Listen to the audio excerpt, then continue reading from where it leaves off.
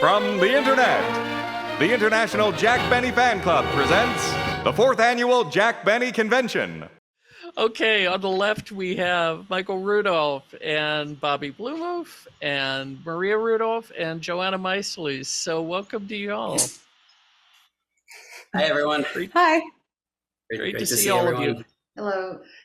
And in addition to the GrandKids, we have a special surprise guest. And Maria, would you like to say more about our surprise guest? Yes, very much so. So we all, I suppose, but maybe more me, have been remiss in neglecting to include our cousin, Doug Glant, in this panel. Doug's grandmother was Miss Mary's aunt, or aunt, as we say on the West Coast. Doug was born in 1942, so he was just 8 years younger than Mom. Spent a tremendous amount of time with our grandparents, as well as the rest of that part of the family, his family, our family. Spent a lot of time with Mom, also went to Stanford, as did Mom and Michael. So to give you an idea of his connection to the family and why he's so important of an addition to this panel, for one thing, it's been almost 50 years since Granddad died, and there are no new stories for us. The four of us have already told you everything that we know and remember about Granddad. Doug, on the other hand, has memories that go back to 1947 that are very intimate, and he spent a lot of time with Granddad golfing and doing many other things, which he'll talk to you about. To give you a little bit of an idea of who he is as a person, he is a history grad from Stanford. He was sent by Henry Scoop Jackson undercover to Saigon in February 1969, working first with the DIA, later CIA, in Vietnam, Communist China, the Middle East, South America. He is the chairman of a family recycling, retail fabric, and building material business in Seattle. So and he has an eidetic memory. So he remembers everything. He was at Mom's first wedding to Michael's father. He knew and played golf with my father. He knew Bobby and Joanna's father. He was there for everything. And he will bring so much more to this conversation than the four of us have been able to. We've given you everything we've got. And Doug is a source that will greatly enhance everybody's understanding of Granddad the person and the family man. So with no further ado, let's get Doug on. There he is. Welcome in, May Doug. I first say hello to Michael, who I haven't seen for 60 plus years. Hi, Michael. Oh, how are you? I don't remember meeting you at all, actually. So long ago. You were a toddler.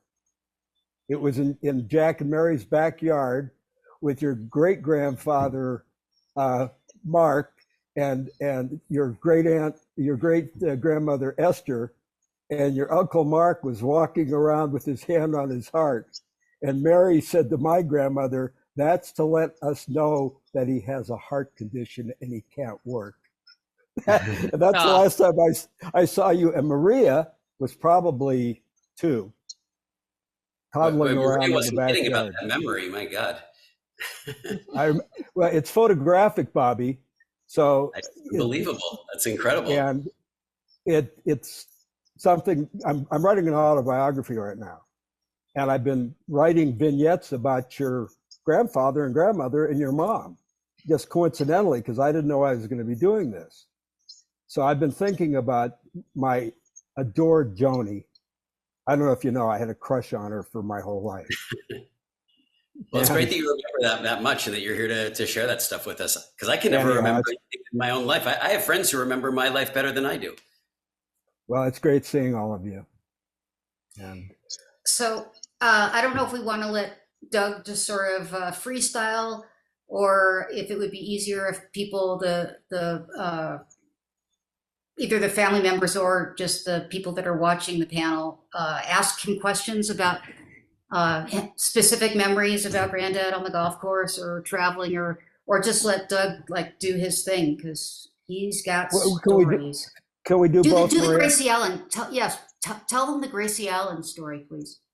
Well, it's so revelatory of your grandmother. So it's well, July maybe don't tell us that part. I'm going to. It's July of 1959, and it's a dinner party at Jack and Mary's house, and Joni and Buddy Rudolph are there, and Claudette Colbert, and I believe her husband's name was Dr. Joel Pressman, but don't hold me to that. And Jack and Mary and George and Gracie. And Gracie at one point reiterated that she was no longer going to do television. And Mary wasn't willing to let her have the stage and said, well, I'm not going to do it either. And your grandfather was shocked because Mary hadn't yet told him that, but that was the announcement. And I can still see that dinner table. I got to sit next to Claudette, and that's the only time I ever met Claudette Colbert. The story I'd like to tell, go ahead, Bobby. Well, just saying, at that point, which house are they in? Or is that the Roxbury house, or are they in? Yeah, that's 1002 North Roxbury. I was never in the Holmby Hills home, although about 15 years ago, I was a guest at Hugh Hefner's mansion. Across the street.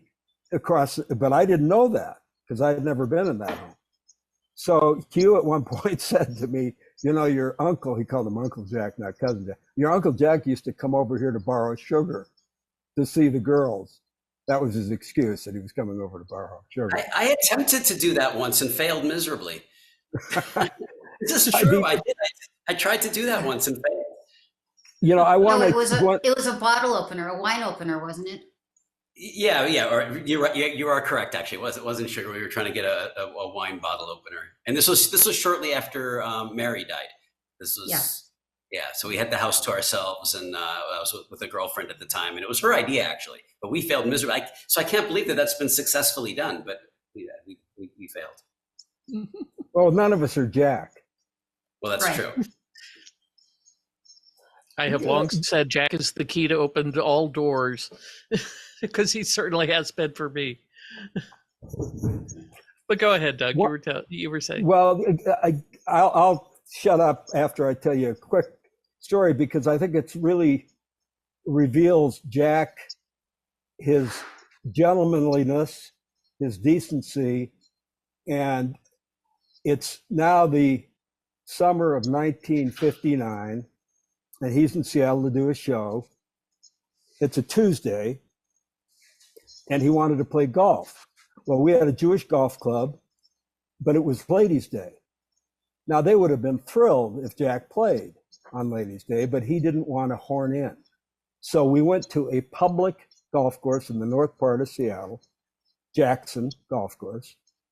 And I'll never forget, I'm driving my car, my first car ever. I just turned 16. So he's 65, I'm 16.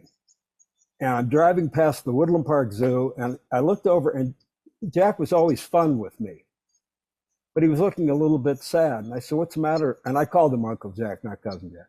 What's the matter, Uncle Jack? And he said, oh, Sam Perrin's wife, one of his writers, isn't doing well. And I just found out that Gary Cooper has cancer. And he said, Dougie, enjoy your life, and it goes by fast. So I thought, this is my chance. I'm 16, remember, he's 65. I said, Uncle Jack, if you're going to lie about your age, why do you pick such an old age as 39? And I'd never heard him cuss, but he looked at me and he said, you little SOB, I hope I'm around when you're 39, so you know how young that is. Well, I do now, because I'm twice 39 plus 4 this year.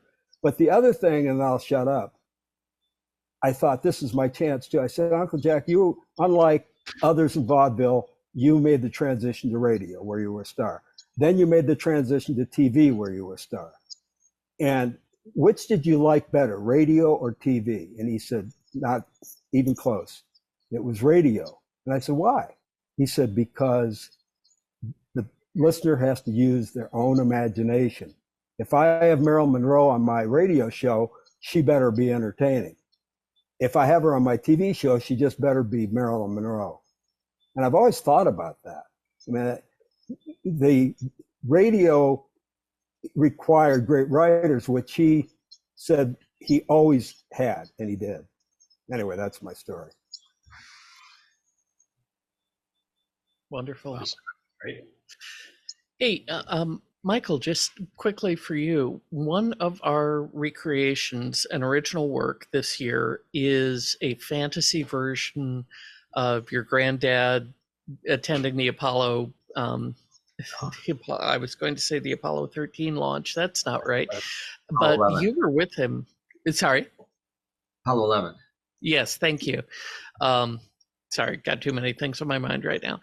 And you were actually with him for the Apollo 11 launch, and then you were at the White House for watching the landing. You weren't actually there on the moon to be for the landing. That's a door that your granddad couldn't open, but I don't know that he would have wanted to go anyway. So can you just give us a quick memory on what that was like and the experience of actually being there? Sure. I remember it was launched, Apollo 11 was launched on July 16th, 1969, my 14th birthday. And he was allowed to invite one person with him, and he chose me instead of my mother. My mother was always very upset about that, because she wanted to go. I remember we got there a few days before the launch, and they gave us a tour of Cape Canaveral. I got to see Apollo 13, which was still in the building, and I got to see the size of these rockets are enormous. I was 14 years old, but you stand up next to it like Apollo 13, it was a straight wall. You couldn't see the curvature. It's such a humongous vessel. And then the tractor that takes it out to the launch pad, that can only travel like 6 miles an hour, that takes like a month to get there. Each tread on the tractor was twice my height. It was just amazing. I wanted to meet the astronauts, but they were in seclusion. They didn't want to have them exposed to any kind of viruses or bacteria that would give them an infection while they're in space. But then for the launch, I had a choice of whether to watch the launch from the VIP section that stands outside, or watch the launch from inside Mission Control. And I chose inside Mission Control. My grandfather chose the outside stands.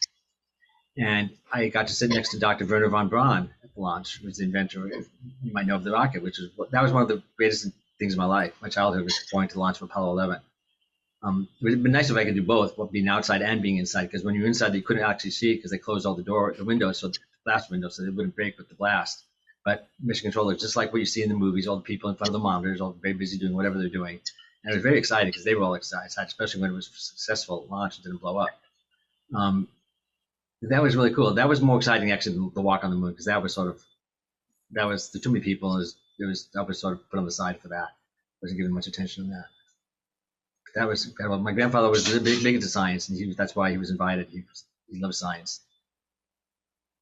And I find that so interesting because, he never graduated high school, right. And it's debatable as to whether or not he dropped out after 10th grade or 11th grade, because I have a yearbook from Waukegan that has him in 11th grade.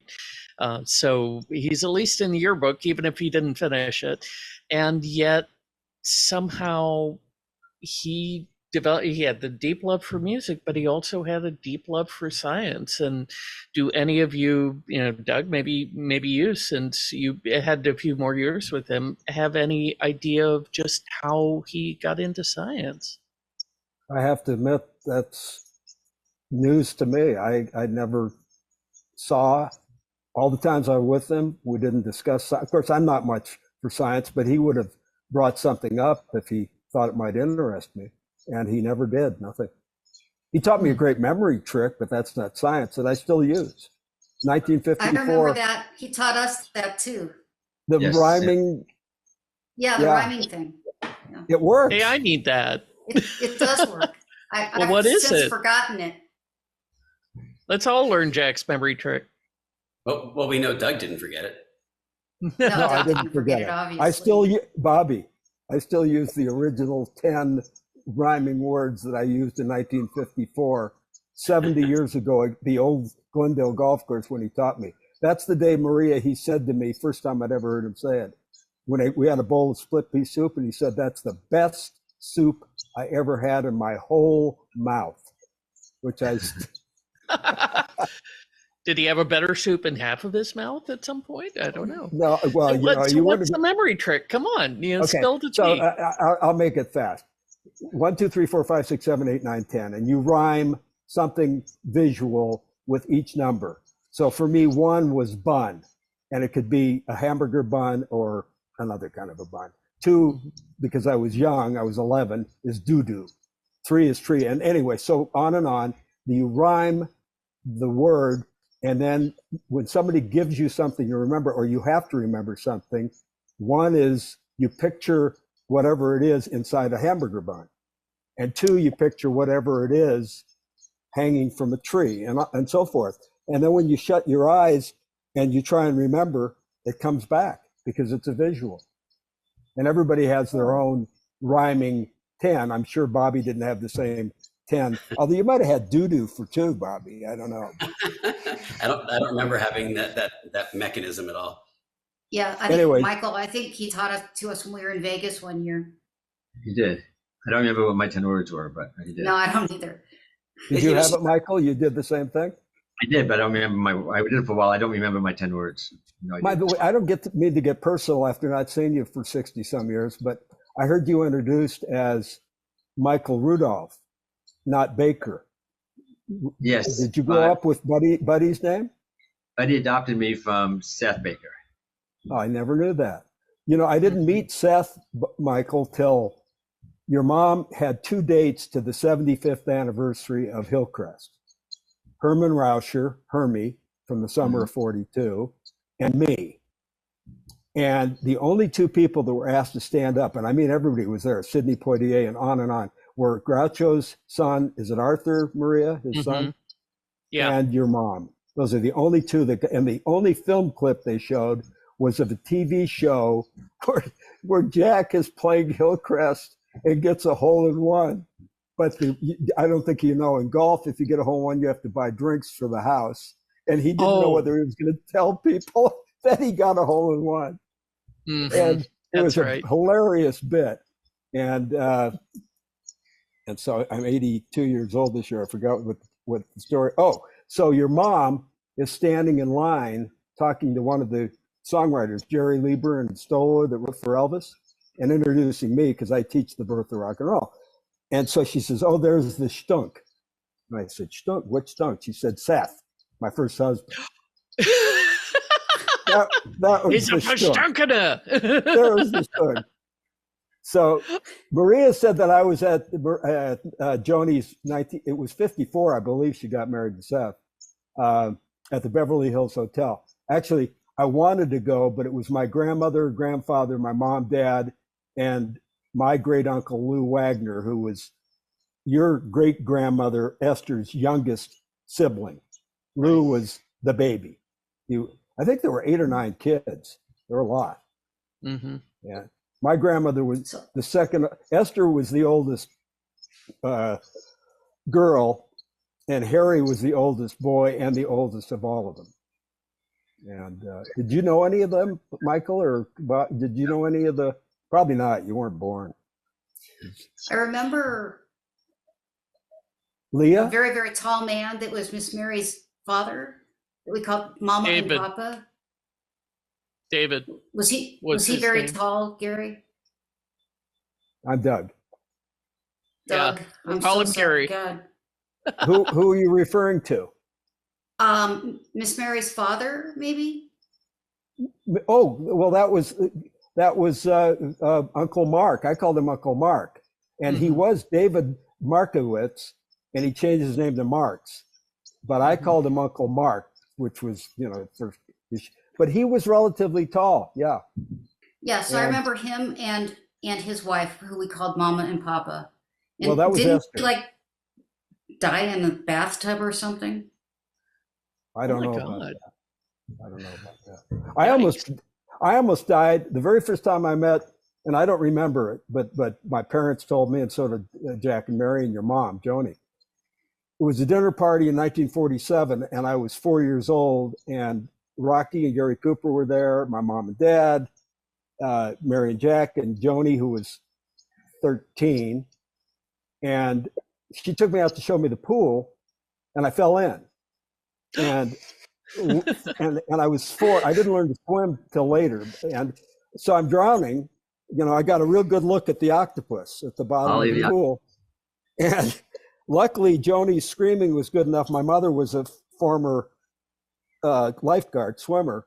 So I think you could figure out I didn't drown. But I didn't remember that, but I was told about that. My first memory of Jack and Mary and Joni was in 1950 at a party where I met Frank Sinatra and Ronald Reagan at their house. And Ronnie, that's what they called Ronnie. Ronnie had a new date called Nancy that night. Worked out okay, I guess. Yeah. Wow. Yeah, in fact, Nancy was there on the last day for Miss Mary, or That's Mary right. Livingstone, for the crowd, that they had lunch, and she said, "You don't look well. You should see a doctor." I was there for that. That was on my birthday. Oh, Same yeah, that's one. right. That was the 29th because she died on the 30th. Yeah. And then Yeah. she called Mom and said, Mary doesn't look very good. Why aren't you taking better care of her? And then Mom said, let's go. Your grandmother wants to say happy birthday to you. And so off we went.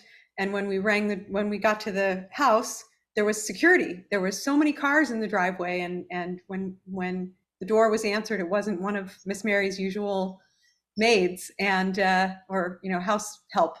And it was the Secret Service. And they said, well, who are you here to see? I'm like, my grandmother lives here. And as it turned out, so Betsy Bloomingdale was Nancy Reagan's closest friend.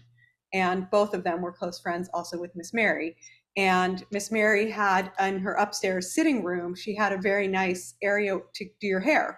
She had like an actual one of those sinks that you could lay back in and get your hair done in her dressing area, like off of that, the sitting area that she had upstairs. Yeah. Anyway, with the dressing room Little hair off salon. of that. Yeah, she had a little hair salon. So Nancy Reagan, liked to get her hair done and wanted the privacy of doing it at Miss Mary's, in a private residence and not having to go to a salon where people would see her. This was when she was the first lady at the time. They also had the same hairdresser. They used the same hairdresser. They had the same hairdresser, right? So I think it was a he, came to the house and did their hair, but he was there really to do Nancy Reagan's hair. So it was a very surreal day. That's what I could tell you. Is it was my birthday, and I didn't really realize that Miss Mary was very sick, but she didn't look well. She just kind of was laying on the couch. She didn't really say much, and her ankles were swollen, which I guess is a sign that I remember thinking that, but not knowing what it meant. And she died the next day. Mm-hmm. Or she died So I don't know if that night, I think. do you know Maybe in the middle of the night. She was found the next morning. Yeah. before that guy, you know who did Mary's hair for many years? Malin Merrick's wife. No kidding. And Mary wasn't always really nice. After she married Malin, she'd been doing her hair before, and she met Malin Merrick, who was Jack's orchestra leader after Phil Harris. She Even kept her. making the poor lady do her hair for a while, even though her husband was Jack's orchestra leader. But it finally, because my grandmother thought that was really not a nice thing. She would say, Mary, you can't do that. She did for a while. You guys remember Malin Merrick? No. No, you None were of you all did? pretty young. I think he died in like 68 or something. He was a good guy. He wrote all the jingles, like the Gillette jingle, and Mm-hmm. And Look he's sharp, be sharp. he's the guy that Jack speaks to in that incredible duet with Giselle in 1954, where he says, Malin give, well, in Seattle, he said Malin loan her a violin. But on the CBS show, she's already on stage with a violin. And he says at one point, Malin, play the verse again. Yeah, I remember that. Mm-hmm. Yeah, also all the intro, outro music for the shows, when you hear, either the credits or whatever, then that's like the J&M Stomp, and those were all written by Malin. So yeah, he was actually relatively prolific. Hey, Laura, we're Yeah. going to be coming to near the end of the panel, but I want to give an opportunity for some of our viewers to ask a question or two. Yeah, absolutely. So I've got one from Carmen here. She asked, she noticed that your grandfather was a noted laugher, the big boisterous laughing. She wants to know, do you remember if guests at his house made him laugh like that, or did he laugh at things you told him? He laughed at the guests. He always had guests that were very funny, and he laughed all the time. He would fall off his chair laughing. He was laughed very easily. But he had some very funny people over there too. So he's always surrounded by people who were very funny. I got him to fall off his chair one time at the Elm House when we were having dinner. What did you say? Yeah, what did you do? What was so funny? He was already 79, something like that. I don't know. And he lost his train of thought. He was telling us a story and he lost his train of thought. And there was this long pause. And I said, and that's all I said was like, and he Pretty funny. laughed so hard he fell off his chair. Pardon? You have a writer for that one? Yeah. Oh my God, you can ad lib. Your granddad Yes. couldn't ad lib a belch after a Hungarian dinner. Did he pay you the same rate as Balzer? Yeah. Unfortunately, no. But then, I remember honestly- one time, Bobby, you got him a book of jokes. No, that was Michael. Michael did that. Michael, Oh, Yeah, Michael. did. Michael. Oh, you I'll gave give him out a the book of two jokes. Yeah, 101 jokes. Yeah. By Bennett Cerf. I had one But thing this is- I think it was one thing that Bennett came to Cerf. mind recently was, over the Christmas holiday, Cynthia and I took the kids. We went to Las Vegas and we saw a bunch of shows and things like that. And we went to a comedy show. We actually saw Carrot Top, which, by the way, he was hysterical. He was really good. But it occurred to me that for my kids, it was the first time that they've ever seen any kind of stand-up comedy. And it made me think, well, when was the first time I ever saw stand-up comedy? And the answer was actually in Vegas, and it was Granddad. And so I was actually wondering, like, John, do you remember this? Do you remember going to Vegas to see Granddad Yes. do Yes. stand-up? Because I think it surely was the first time we ever saw stand-up. And I don't recall Definitely. any other time when we ever saw Granddad do live performing. Do you have any other? I mean, again, Michael and Maria, you guys, I'm sure, saw lots of performances, but for me and Joanna, Yeah, I definitely remember the Las Vegas. And Yeah. I remember him introducing us. Do you remember that? I do remember that, and we thought we were a big deal. We were a big deal. Yeah, he said, I'm so happy to have my grandkids in the audience. And we stood up. Yeah, But- but I also remember him doing the Share Show. So That was I remember going to the Share Show. We used to go to the dress rehearsals before Yeah. we were allowed to go to the actual show. But I Yeah. feel like I remember him at least showing up. I don't know if I remember like him actually performing, but being at the dress rehearsal for the Share Show. He never actually did the thing at the dress rehearsal. He would just show up. You're right. He wouldn't actually perform there. He didn't perform until the following night. Yeah. Right. For me, that one's literally the only time I ever would have seen him perform. So if you got to see him do the rehearsal, do it at the Share Show, that's awesome. And again, Michael and Marie, I'm sure you guys saw lots of performances. I'm jealous. Well, and let's make sure that when you say the Share Show, that is CHER, as in Sunny. No. Share? SHARE, Right. as in Share share happily happily and reap endlessly. There It you was go. a, That's very it was a charity event. It's a charity group. It's actually quite fascinating. It's a group of women who are related to famous people, almost all of them. And they put on a show every year that is kind of a Rockettes style show that's interspersed with their famous relatives doing bits. And then they always get other celebrities to come in, like I don't know. Well, I mean, I can only think of the ones like Altavis Davis, Sammy Davis Jr.'s wife. And I mean, pretty much everyone you could think of. One time your Steve mom was McQueen's wife, rehearsing. Neil McQueen. Neil Adams. They had different Neil themes every year. Mm-hmm. One year she Yeah, had every to year stick it- a rope and rope someone with a rope. One year she had to work. Yeah. She had, Oh yeah, that's right. Monty something. She Right, taught me and how she to do did- the rope twirl. That's right. We did in the kitchen. We would practice, doing the lasso rope thing. And then one year was on a pogo stick. Do you remember her pogo sticking all around the house? Yeah, with the trapeze, you had to hang the rope and do a twirl on the rope with the trapeze act. Yeah. That's how we learned all these silly, human tricks. Is when Mom had to learn them for this Boomtown party, she would then teach us. That's right. The Boomtown party. Yeah. Yeah, that That's was what the it- name of the show every year. But then you're right, it had a different And it's theme. still around. It's still going on. Yep, Is it's it? very different now. It's very different. Wow. Yep. I feel like a total stunk because we could go on probably for another 90 minutes with this, and we only had half an hour for this. We must remember this for next year.